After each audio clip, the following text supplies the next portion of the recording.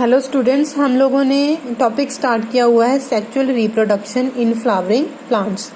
तो मैंने वहाँ जो पहली जो हमारी वीडियो थी उसमें मैंने आपको बताया था कि जो फ्लावरिंग प्लांट्स में फ्लावर का स्ट्रक्चर, फ्लावर कैसा होता है। तो फिर से हम लोग एक बार देख लेते हैं फ्लावर का स्ट्रक्चर। इस तरह से जो है पेडिसल होती है, फिर रिसेप्टेकल, देन सेपल्स, फिर उसके बाद जो है पेटल्स, सेंटर में पिस्टिल और साइड में जो है हमारे स्टेमन प्रेजेंट होते हैं। स्टेमन ये हो गया पेटल्स, ये हो गए पिस्टिल, ये हो गया स्टेमन, ये हो गया हमारा सेपल्स, ये है पेडिसल और ये है हमारा ओवरी। हम लोग फ्लावरिंग प्लांट में फ्लावर का स्ट्रक्चर कर रहे हैं क्योंकि फ्लावर क्या है, एक रिप्रोडक्टिव पार्ट है प्लांट का, जिसमें मेल पार्ट भी प्रेजेंट होते हैं और फीमेल पार्ट भी प्रेजेंट होते हैं। सेक्सुअल रिप्रोडक्शन के लिए, सेक्सुअल रिप्रोडक्शन क्या होती है?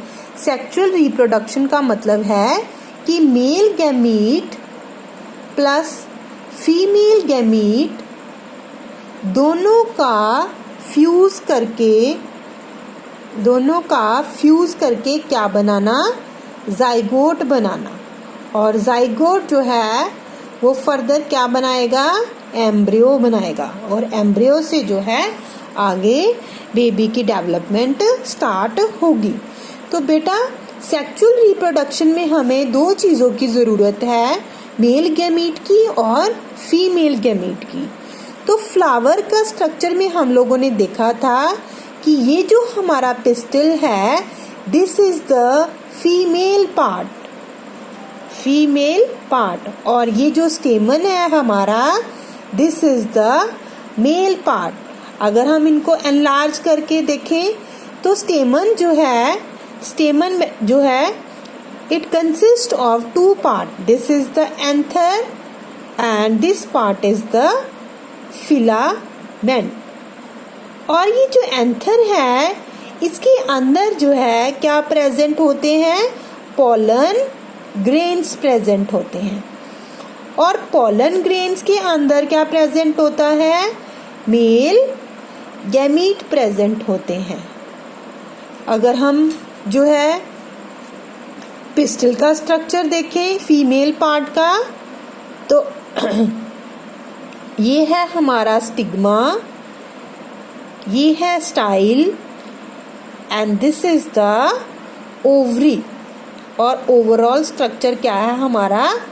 पिस्टिल है और इसे क्या कहते हैं? Female part of the flower कहते हैं। अब ओवरी के अंदर प्रेजेंट होता है एग, और एग जो है ये क्या है? फीमेल गैमीट है।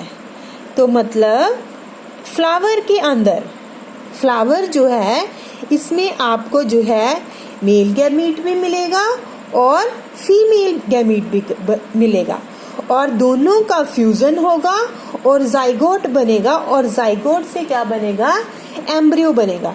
पर अब बेटा, इनकी फ्यूजन के लिए, इनको फ्यूज करने के लिए अब इनको दोनों को पास होना जरूरी है। तो जो हमारे मेल गैमीट है वो यहाँ पोलन ग्रेन्स में प्रेजेंट है, और जो हमारा जो है फीमेल गैमीट है वो प्रेजेंट है ओवरी के अंदर। तो दोनों का फ्यूज होना जरूरी है। अब फ्यूजन कैसे होती है वो हम करेंगे नेक्स्ट टॉपिक में, और इसमें हम सबसे पहले पढ़ेंगे पॉलिनेशन। छोटी क्लासेस से ही आप पढ़ते आ रहे हो पॉलिनेशन क्या होता है। पॉलिनेशन का मतलब है कि transfer of pollen grains from anther to the stigma of the same flower और डिफरेंट फ्लावर, कि पोलन ग्रेन्स का यहाँ से इधर ट्रांसफर होना, इसे हम क्या कहेंगे? पॉलिनेशन कहेंगे। पॉलिनेशन क्या हो गया हमारा? Transfer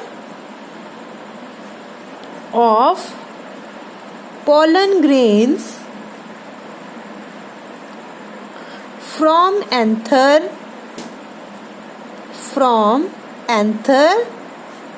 to the stigma of the same flower or different flower within the same plant or different plant of the same species मतलब सेम स्पीसीज की होनी चाहिए। ये नहीं कि एक आप लोग मैंगो का ले रहे हो तो एक आप लोग गोवा का ले रहे हो, यहाँ पर दोनों का होना जरूरी है। Transfer of pollen grains from anther to the stigma of the same flower और different flower within the same plant और different plant of the same species. Pollination is of two type, self pollination and cross pollination। Self pollination क्या होती है, cross pollination क्या होती है? अब हम लोग ये जो है फिर से हम लोग जो है फ्लावर ले लेते हैं। यहाँ पर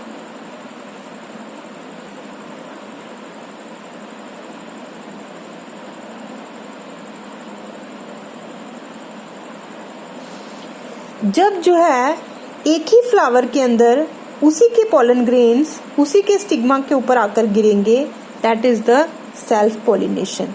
the transfer of pollen grains from anther to the stigma of the same flower, the same plant ही कहेंगे हम लोग क्योंकि फ्लावर है तो एक ही प्लांट का है, that is the self pollination. और अब यहाँ पर ले लो आप लोग एक और फ्लावर,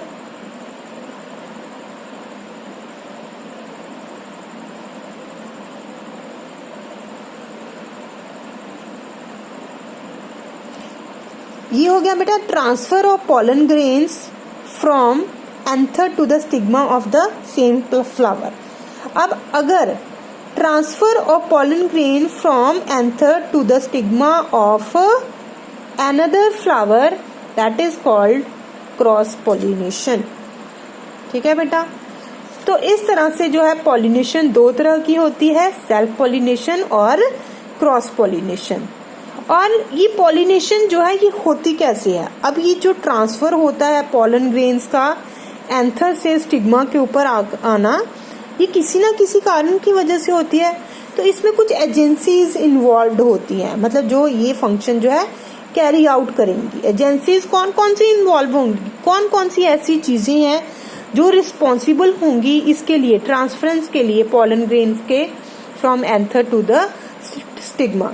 तो अगर हम एक जो है ले लेते हैं एजेंसी, पहली विंड, हवा चली, हवा से जो है पॉलन ग्रेन्स उड़कर जो है स्टिग्मा के ऊपर आकर गिर गए, तो पहला हमारा हो गया विंड।